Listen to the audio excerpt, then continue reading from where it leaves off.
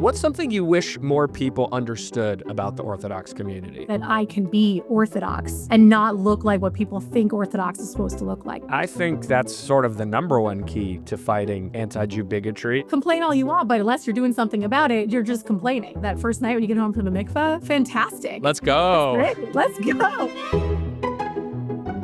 Welcome back to our summer edition of Being Jewish with Jonah, Platt, 30-minute mensches. Same vibe, same tribe, shorter episodes. In season 1 of Being Jewish, we had 2 Jewish influencers on, Montana Tucker and baby Ariel Martin, both of whom were established social media stars who turned to Jewish content later in their careers. Today's guest is the opposite. It is because of her Jewish content that she has amassed over 1.5 million followers across platforms. She's known as the Jewish TikTok mom, and she's here to drop some motherly wisdom on us. Please welcome Melinda Strauss. Thank you for having me. It is such an honor. Oh, that's so sweet of you. It's great to have you.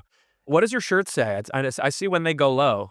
When they go low, we go high. Here, I'll get the whole thing in. Boom. There it is. Oh, I love that. That's so good.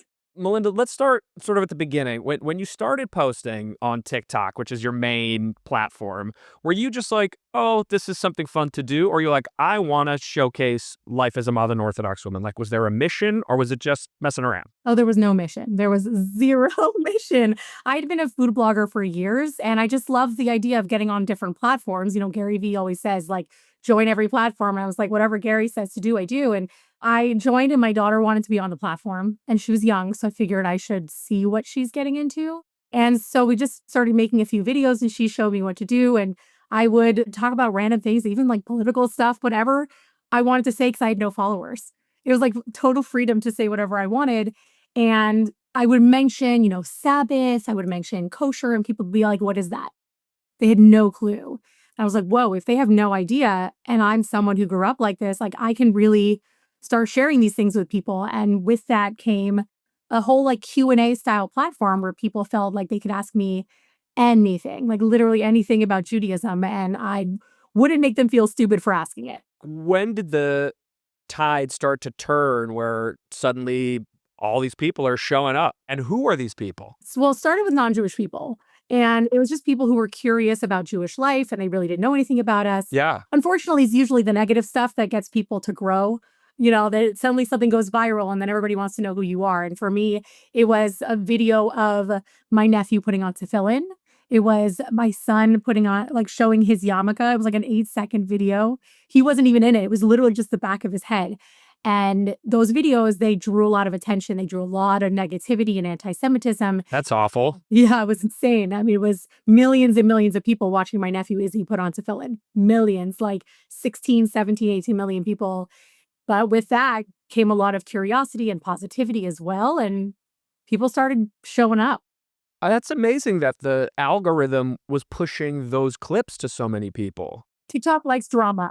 How are the negative people even finding this random video of a kid's kippah on his head? Like, that's wild to me. Yeah, the TikTok algorithm is its own special mystery that none of us understand. And you'll see it with a lot of viral videos. The ones that go the most viral tend to have the most negativity on them, but they also have good stuff. It's just once the comments start, it just rolls, and suddenly people across the world are making jokes about like, again, the Tefillin, a lot of the jokes were like GoPro jokes and things like that. But then the Holocaust joke started, and it just started small. And then it wasn't even right away. It was like a month after the post where it just started going viral.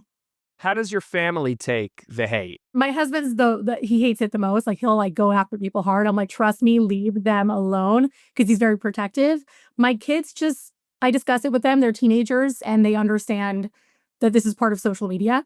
Like even when they decide they want to pop into a video, they know this is the internet and this can happen and come with it. I've turned off comments on a few videos, but for the most part, it comes with the territory, and there's too much good happening for me to stop doing it because of the negative stuff happening. So let's talk about the good. Like, what do you think about what you're doing is resonating with so many people? I love it so much. Well, first of all, it's so cool to see how many Jews follow me now, because at the beginning it was just non-Jews who were curious. And then suddenly religious Jews were starting to follow me. And I was like, this is fun. And then a lot of Jews who just don't know anything about the religion. They know that they were born Jewish.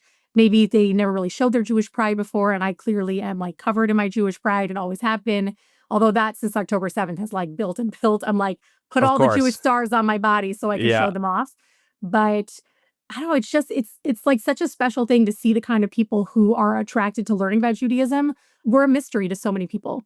Yeah. We are such a mystery, and we kind of keep to ourselves in a lot of ways because we're protecting ourselves. But I've always seen it as a way of even fighting anti-Semitism by showing more people just who we are. Like, we're just regular people who follow a set of laws that might be different than yours. I think that's sort of the number one key to fighting anti-Jew bigotry is dispelling the prejudices and fear and misunderstandings that are at the root of that bigotry. So I think it's huge what you're doing. As it's grown, has anybody left, or you're just adding more people? Like, and have you sort of changed the way you're doing your content because of the new, oh, now I got all these Orthodox people, I got to start doing this Orthodox stuff? Or are you just doing you from the beginning the same way? Yeah, I haven't changed at all. I would say that I tend to not like cursing. I curse a lot in real life. So I try not to curse a lot because I want to respect the people who are following me of any religion who don't like cursing. There's also a lot of children who watch my videos, whether it's because they have their own accounts or because they're watching with their mom. Like, I'll get people who are like, I love watching your videos with my 4-year-old. I'm like, okay. So I'm always conscious of the types of Noted. things I do. Yeah. Just knowing that they're out there and they're listening. For the most part, I try to be aware of who's watching. And I always like to think, does this help the Jewish community? That's like my number one question is before I post a video, especially about Judaism, we have a lot of controversy within our community too, because every community has it. So before I share this, is this going to make things better? Is it going to make it worse? Is this helping us? When you ask that question, have there been times where you've been like, so I'm not going to do this because I realize this is probably not going to be super helpful? Oh, 1,000%. Can you give me an example? Divorce is something that I think everybody should be okay talking about, but I don't like to talk about gets because I have a lot of issue with people who are withholding gets and the whole system of it and the fact that it's even supported still. I think it should just literally be abolished. Tell my audience what a get is, because I'm sure most of them don't know. It's a contract that you are giving someone that's saying this is the end of our marriage, right? So that that person can then go and remarry. And it's a Jewish contract, whereas you can get divorced in the United States as a Jew, but without the get, you're not divorced by Jewish standard. It's technically the man gives it to the woman and the woman has to accept it. So there's two sides to it. There are some men who withhold it, and there are some women who say no to accepting it. It's more, I've seen more prevalent that men will withhold it for whatever narcissistic reasons they have. And there's a lot of controversy. You know, there are shuls that will allow a get withholder into their shul, and there are people who support it. And so I don't make videos about it because I just don't think it's helping our community. And it's not something that my videos are going to make a difference with. Right.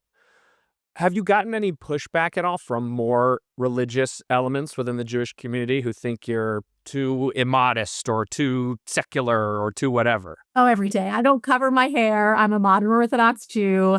I wear pants. I'll wear a tank top. Like, I believe in modesty, and I think modesty is a spectrum. And I say I'm a modern Orthodox Jew, or sometimes I'll say I'm an Orthodox Jew. My big thing is I don't ever say that everything is under one umbrella. So I like to say some do it this way, or many do it that way, versus saying this is what Orthodox Jews do, or kosher keeping Jews, Shabbos observant Jews. So I like to be more, I don't like everything to be so black and white or so in a box. There are people who will tell me that I'm wrong or don't like, or say like, oh, I don't like that you represent us. So then go use your voice. I don't have to be the only one. Right. Complain all you want, but unless you're doing something about it, you're just complaining. What's something about being modern Orthodox that you've seen like blew people's minds when you introduce them to the ritual or the idea or the custom? Really, the fact that I can be Orthodox and not look like what people think Orthodox is supposed to look like. That's a huge part because I'm keeping Shabbos, I'm keeping kosher, I'm keeping the laws of, or most of the laws that we follow as Orthodox Jews and Torah keeping Jews. But it's really the outward appearance that shocks people the most. It's the daily question of why I don't cover my hair. And my answer is because I choose not to. I don't like to even give my full reasons because I do have reasons, because I don't want other people to choose to not cover their hair because of my reasons. I think it's a very personal decision that a person should get to make. Will you share your reasons with me? I won't because other people Okay. are going to listen. Okay. If we were having a private conversation, I totally would. I could go off for like hours. Isn't that just more food for thought for people? You're not saying do it the way I do it. You're just saying, well, here's where I do it and take that for what you will. Yeah, but people tend to just do things because other people do them. How do you distinguish for these folks the difference between Orthodox and modern Orthodox? Modern Orthodox has a billion different reasons. Like there's so many different ways of describing it that I can't really even say what it means. Like my joke is anybody who's not yeshivish is modern. Like anybody under Hasidic and yeshivish is modern because I have friends who cover their hair and they consider themselves modern. And I have friends who keep kosher-ish and consider themselves modern Orthodox. So it's really just a personal thing. Let's flip the question. What would you say is like a common denominator amongst all Orthodox that differentiates from less observant Jews? Well, the main three pillars of Orthodoxy are, and I consider it like, I consider even with the main pillars, like not wanting to change the Torah law. I may not follow everything correctly, but I don't want to change it. I just don't follow everything perfectly because that's life and we pick and choose. But it's keeping the laws of Shabbos, keeping the laws of kosher, and keeping the marital purity laws. Those are really the three main pillars, in a sense, of Orthodoxy. But on top of that, I like to think of it as I'm not trying to change the law. I'm not trying to, like, we add loopholes and we do add things so we can live a modern life, but we're not trying to change it. We do believe that it's meant to be this way. What are the marital purity laws? The main things with marital purity are when a married couple are, the woman has her period, the husband and wife don't touch. And like the mikvah, is that part of that too?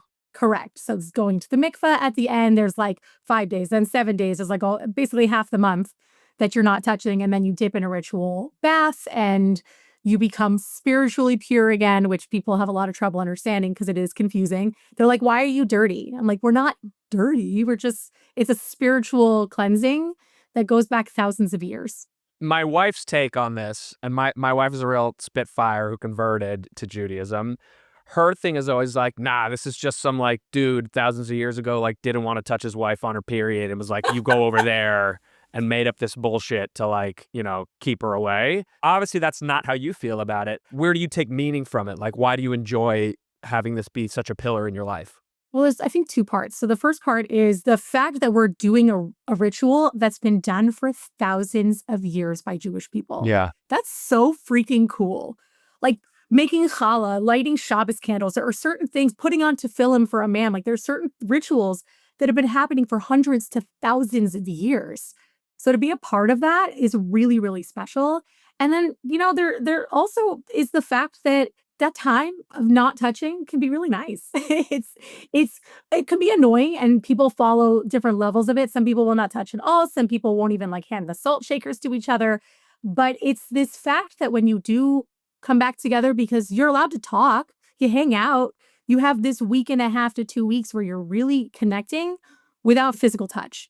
And I'm not saying for everybody because some people hate it, but for those who do appreciate it and like it, there's a time to connect with talking and just spending time together. And then the rest of it is fun and it's amazing. And that's part of, having a partner, but it has its time. And then in other times it's not like overtaking the marriage. And there's got to be an element, I would imagine, of sort of like an absence makes the heart grow fonder kind of piece too, right? Where because you're taking that break, you desire each other even more in a nice way. Hell yeah. That first night when you get home from the mikvah, fantastic. Let's go. Let's go. Yeah, for sure. And you know what? There's a lot of couples that, especially when you've been married, the longer you've been married, that same intimacy isn't always there. Right. Of course. Some people just want to go all the time, but it's not always like that. So by having that separation, it gives you every single month an extra like urge to get back together. That's really nice.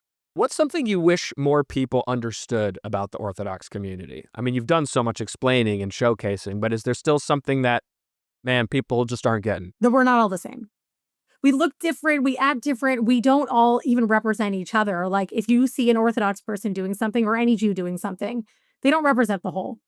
There are good, there are bad, there's everything in between. You see a Jewish person who looks religious. Maybe he's Hasidic, maybe he's wearing a black hat, and he does something wrong, and suddenly all Jews are the problem.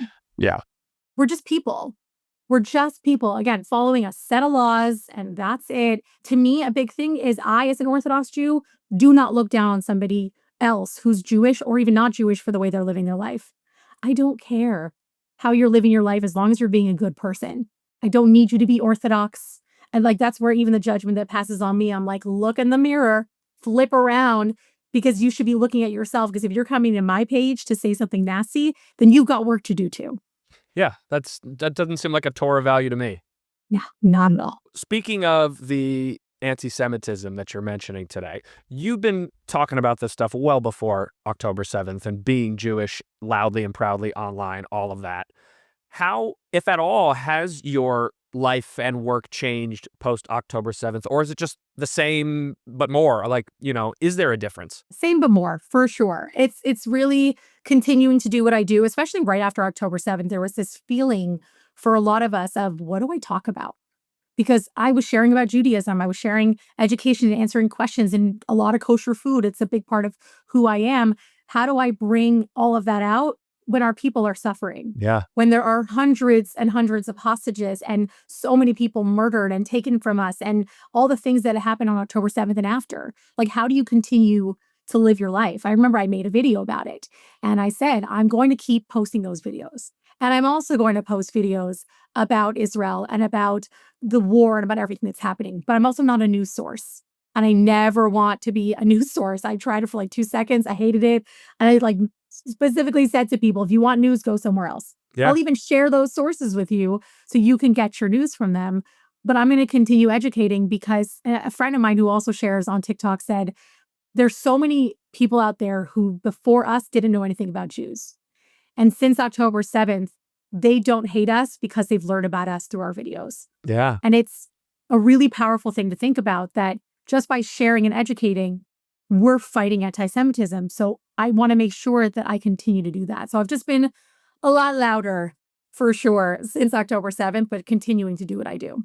I love that. I'm sure that's had to have impacted some lives, people who have better understanding of what's going on and didn't react the way their friends did because they get it through what they've seen through you. I think that's really important. And they know that they can ask questions, that I'm not going to make them feel stupid. I have a rule, and not everybody agrees with the rule. There are no stupid questions.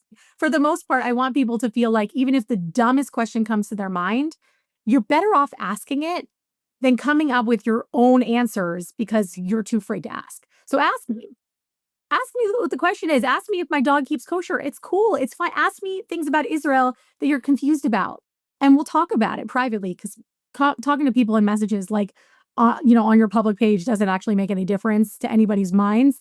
But message me privately. We will have a conversation as long as you're willing to respectfully have a conversation. Totally.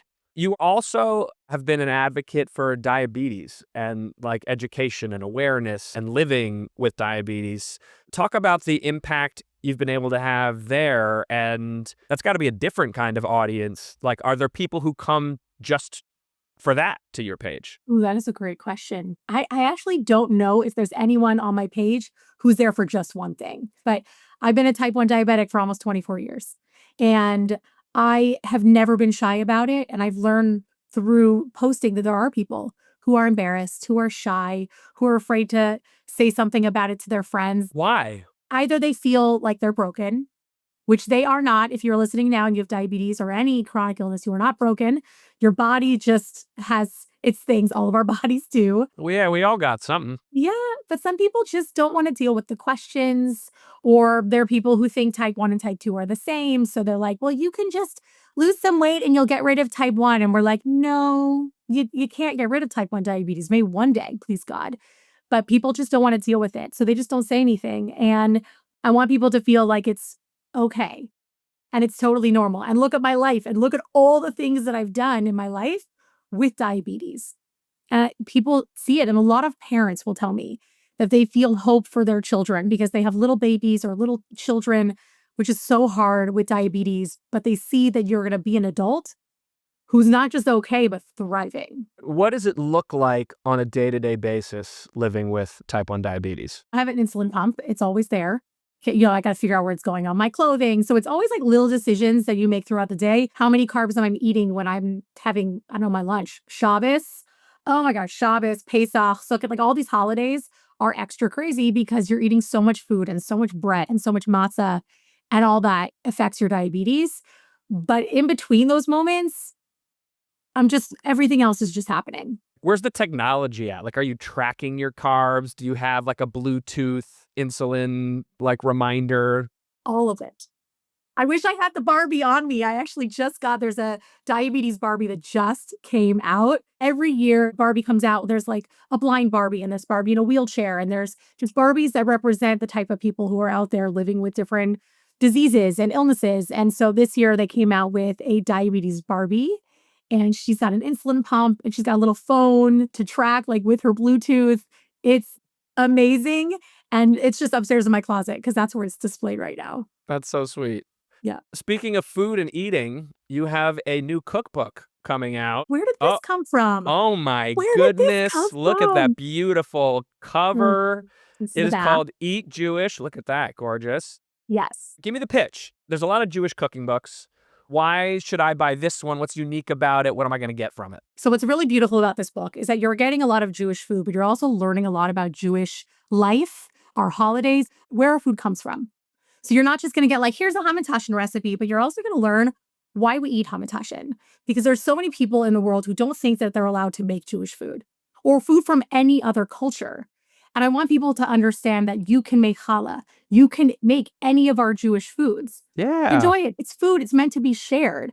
And with that, if you want to learn about our culture, you want to learn about our background, and it helps you to understand why you're making that food, that's all in the book. I have a lot of like really cool little like clips all throughout the book of just explaining why we eat kosher pickles, where bagels come from. Why do we eat kosher pickles? Tell me about that one. Oh, kosher pickles are a fun one. So it's interesting that kosher pickles are usually not vinegar based. And it's because in like the early 1900s on the Lower East Side, that's how they started making their pickles. And it was the Jewish people who were living on the Lower East Side making them. So they would brine them with kosher salt. And that's where it came from. And it became incredibly popular. Not all kosher pickles are kosher. They don't all have a kosher certification. They're all kosher style, but That's confusing. That's a fun thing. Yeah, a little bit. And then like the slow cooker was invented by a Jew, which is just such an awesome thing. Everybody's using their slow cookers and they don't even know. So you learn about all that in this book, and you're also getting delicious food. And it's not even modern. There are some modern recipes, but one of the things that I think is really special about this book is we're kind of going back in time. My Savta's recipes that have been made by Jews for hundreds of years are in this book. So people are going to open it up. Jewish people are going to open it up, and they might see a recipe that reminds them of their bubby. So for Jewish people, you're going to get something so special from it. And from non-Jewish people, you get to learn about us through the book, just like the way you learn about Judaism from my social media. I love that. Is there give me one or two that you think are really delicious dishes in there that you're super proud of? You're like, you only have one day to cook from this book, you got to make this thing. So it's a little crazy, but I'm going to say the sweet and sour tongue. Sweet and sour tongue. Yeah, it's one of my favorite recipes in the book. I grew up on it. So many of us have memories of our grandmother cooking the entire tongue, maybe chasing us around with it, things like that. And that was me with my Savta. She used to boil the whole tongue, but it's so delicious. And it's one of those things that I think people might be afraid to make. Yeah. But when you make it's unbelievably delicious and just brings a lot of memories. I'd say a lot of the recipes, my dad's kosher pickles are in here. Nice. And they're just absolutely amazing. And the picture, I wonder how easily I could find the picture because it's really, really good. My dad's kosher pickles, there's lamb chops, there's a lot of challah.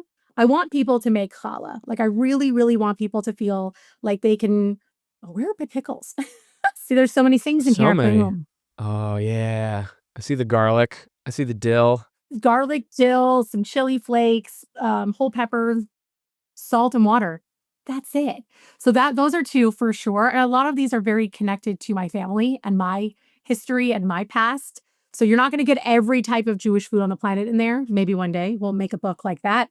But it's a lot of Ashkenazic recipes that I grew up on. There's some Sephardic Turkish recipes, a little Moroccan. So it's got a big variety. And I love that it's not pushing the boundaries of food. It's actually taking us back in time. When is the book out, and where can we find it, and where can people find you if they want to follow on your amazing Jewish exploits through the world? September 2nd is Pub Day. That's when the book comes out. So for everybody who's pre-ordering, you're going to start getting your book then. Nice. You get on Amazon, Barnes & Noble, Target, There's a ton of stores in Canada. I'm forgetting the name of there's a really big book chain that has it in the UK.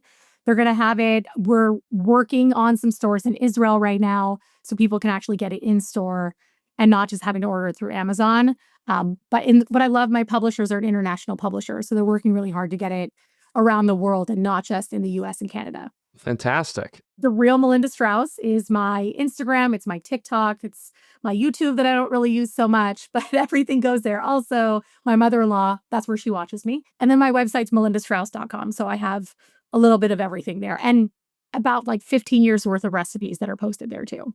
More than just kibble. Yeah.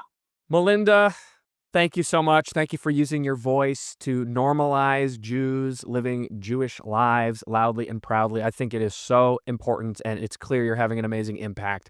So thank you for what you do, and thank you for being here, and may many others follow in your footsteps. Oh, amen to that. More voices like ours. We need as many voices as we can get. No doubt. Thank you. Everybody check out her book. Check out her stuff. She's a mensch. It's been 30 minutes. I'm Jonah Platt. Sayonara.